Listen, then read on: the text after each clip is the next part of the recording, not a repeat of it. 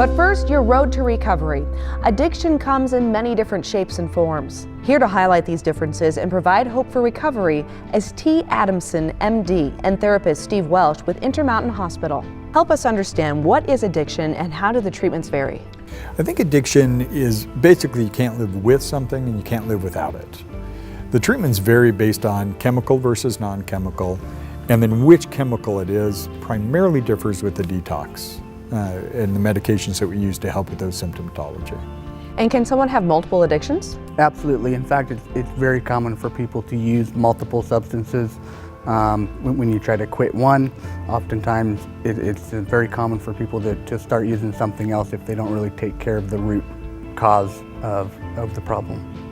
And tell me about MAT, or medication-assisted treatment. What exactly is that and how does that work? Medically assisted treatment is basically using the medications that we have at our disposal to help with the symptomatology and in their long-term recovery process. The most common one that people have heard about is Suboxone currently, which is basically for the opioid process, the goal of which is sort of to minimize the harmful uses that go along with that.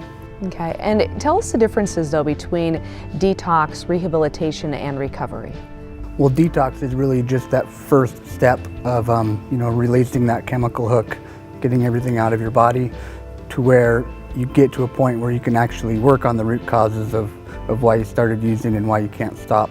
When you get rid of the drugs and alcohol, you're often left with a lot of feelings that you haven't been dealing with, whether that's guilt or shame. People have trauma they haven't dealt with. So the rehab portion is really a time for self-discovery to lead you into recovery. Absolutely, and taking that rehabilitation process and sort of exploring what are the root causes of the problem. And then from that, living a life in recovery where you get an opportunity to sort of address those on an ongoing basis. And where can our viewers go for more information? Well, they can always go to intermountainhospital.com or call 24 hours a day. There's always someone there to help.